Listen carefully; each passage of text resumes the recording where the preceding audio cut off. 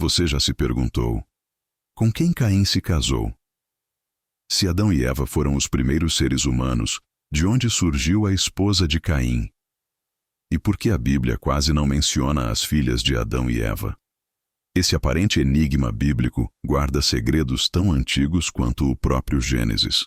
E o que você vai descobrir agora pode transformar para sempre a forma como você entende a origem da humanidade.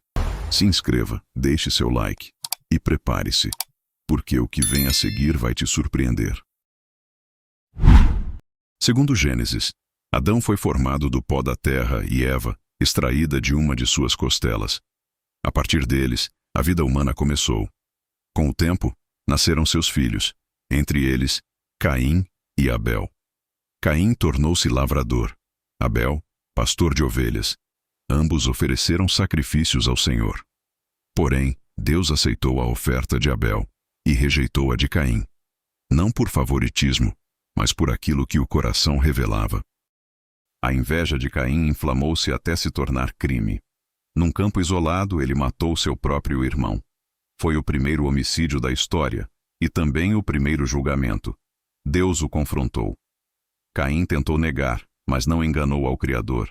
Sua sentença foi dura. Se tornaria fugitivo e errante. E então, surge a pergunta que ecoa até hoje: com quem Caim se casou? Gênesis afirma que Caim se uniu a uma mulher e teve um filho chamado Enoque. Também construiu uma cidade com o mesmo nome. Mas quem era essa mulher? A Bíblia não nomeia. Mas alguns estudiosos defendem que Caim teria se casado com uma de suas irmãs, filha de Adão e Eva, não mencionada nos primeiros capítulos. Em Gênesis 5:4 está escrito: e Adão gerou filhos e filhas. Isso sugere uma descendência muito maior do que o texto inicialmente revela. É possível também que a mulher de Caim fosse uma sobrinha, filha de Sete, irmão mais novo de Abel, nascido após o assassinato. Teólogos apontam que Caim vagou por muitos anos antes de construir sua cidade, e nesse intervalo, o número de descendentes de Adão e Eva teria crescido exponencialmente. Estima-se que, ao longo de séculos de vida, eles geraram dezenas de filhos e filhas, como era comum nos tempos antigos, quando a longevidade ultrapassava os 900 anos. O medo que Caim demonstrou ao ser expulso, de que outros poderiam matá-lo, também levanta a hipótese de que já existia uma população crescente fora do núcleo imediato de Adão, Eva, Abel e Caim. O próprio Deus colocou uma marca em Caim, não para puni-lo, mas para protegê-lo. A Bíblia não especifica que era essa marca, mas seu propósito era claro: impedir que qualquer pessoa o matasse. Entre os textos antigos não canônicos, o chamado Livro dos Jubileus menciona que a esposa de Caim chamava-se Auã, filha de Adão e Eva, e que a esposa de Sete se chamava Azura, também filha do primeiro casal. Embora o Livro dos Jubileus não faça parte do cânon oficial, ele amplia a compreensão sobre os primeiros tempos da humanidade. Nesses relatos, essas mulheres são mais que nomes esquecidos. São pilares silenciosos da continuidade humana. Azura, esposa de Sete, é descrita como símbolo de pureza, sendo vista por algumas tradições como a restauração do plano divino após o crime de Caim. Já Auã, ligada a Caim, carrega em si o peso da tragédia, mas também o início de uma linhagem que contribuiu para o povoamento da terra. É interessante notar que a Bíblia permite, especialmente no início da criação, que irmãos se unissem. Isso era necessário para a multiplicação humana. Só muitos séculos depois, com as leis mosaicas, o casamento entre parentes próximos passou a ser proibido. Mas no início, era a única forma possível de gerar descendência. E isso explica por que os patriarcas se casavam com primas, ou até com meio-irmãs, como foi o caso de Abraão e Sara. A ausência de detalhes sobre essas filhas, suas vidas e histórias, não significa que elas não existiram ou foram insignificantes. A Bíblia foi escrita com propósito e foco, e muitas histórias ficaram de fora, por razões que apenas Deus conhece. E é justamente isso que nos leva à reflexão final. Quantas vozes do passado foram silenciadas? Quantas histórias estão escondidas nas entrelinhas das Escrituras? Ainda hoje, há perguntas que não possuem respostas completas. Mas isso não invalida o plano perfeito de Deus. A narrativa de Caim, sua esposa, seus filhos e sua cidade nos mostra que, mesmo após o erro mais grave, Deus não abandona. Ele corrige, ensina e permite recomeços. O que parecia o fim para Caim tornou-se o início de uma nova fase da humanidade.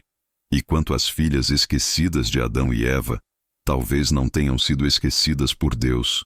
Talvez apenas estejam esperando para que sua história também seja contada. Talvez, enquanto os homens registravam os feitos de reis, conquistas e linhagens patriarcais, essas mulheres, filhas da criação original, cuidavam da terra, dos filhos e da memória. Foram elas que sustentaram o peso da nova humanidade. Elas que, no silêncio dos textos, mantiveram viva a linhagem da qual surgiria toda a civilização. Mas, por que a Bíblia não registra seus nomes com clareza? Talvez porque o foco divino era mostrar o curso da redenção, e não descrever cada rosto, cada história, cada lágrima derramada no deserto dos tempos antigos. Ainda assim, sabemos que elas existiram. Sabemos que Deus, em sua perfeição, não cria o acaso. E se há silêncio nas Escrituras, é porque ali também há espaço para a fé.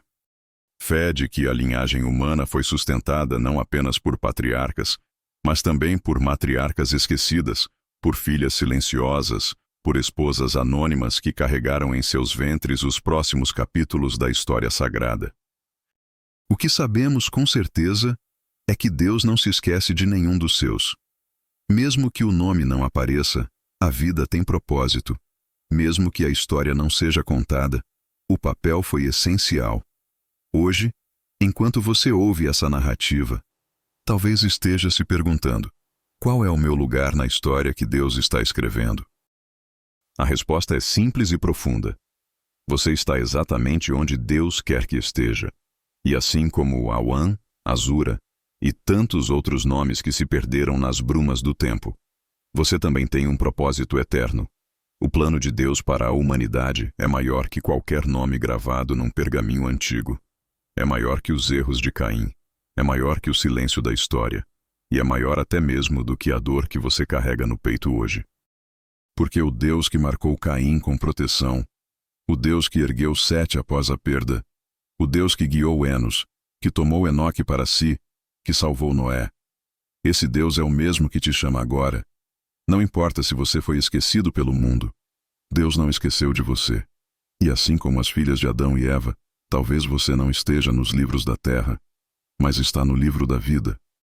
Se essa mensagem falou ao seu coração, se você sentiu que, mesmo nas entrelinhas da Bíblia, há verdades profundas esperando para serem reveladas, então eu te convido a permanecer com a gente nessa jornada.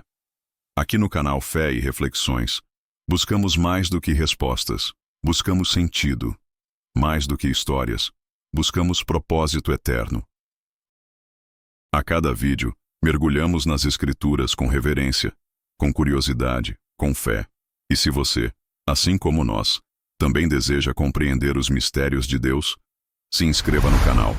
Ative o sino das notificações para caminhar conosco pelas páginas sagradas que moldam o passado, o presente e o futuro.